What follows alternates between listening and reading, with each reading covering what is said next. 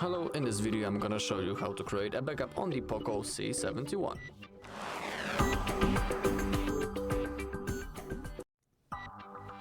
Alright, so let's begin.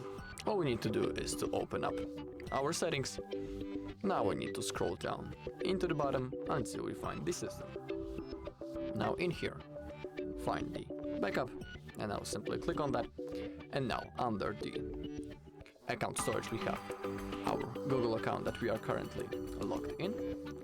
Below you can see how many free space do we got, and make sure that backup by Google One is also enabled right in here.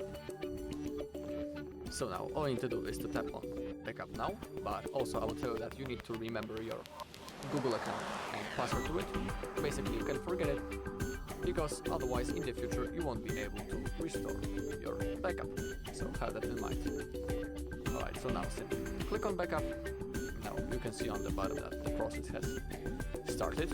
Now under the backup you should see this thin little bar that will fulfill slowly, and when it comes to the opposite edge it will mean that the backup is finished. We will also see an information on the bottom of the screen which will confirm that the backup is finished.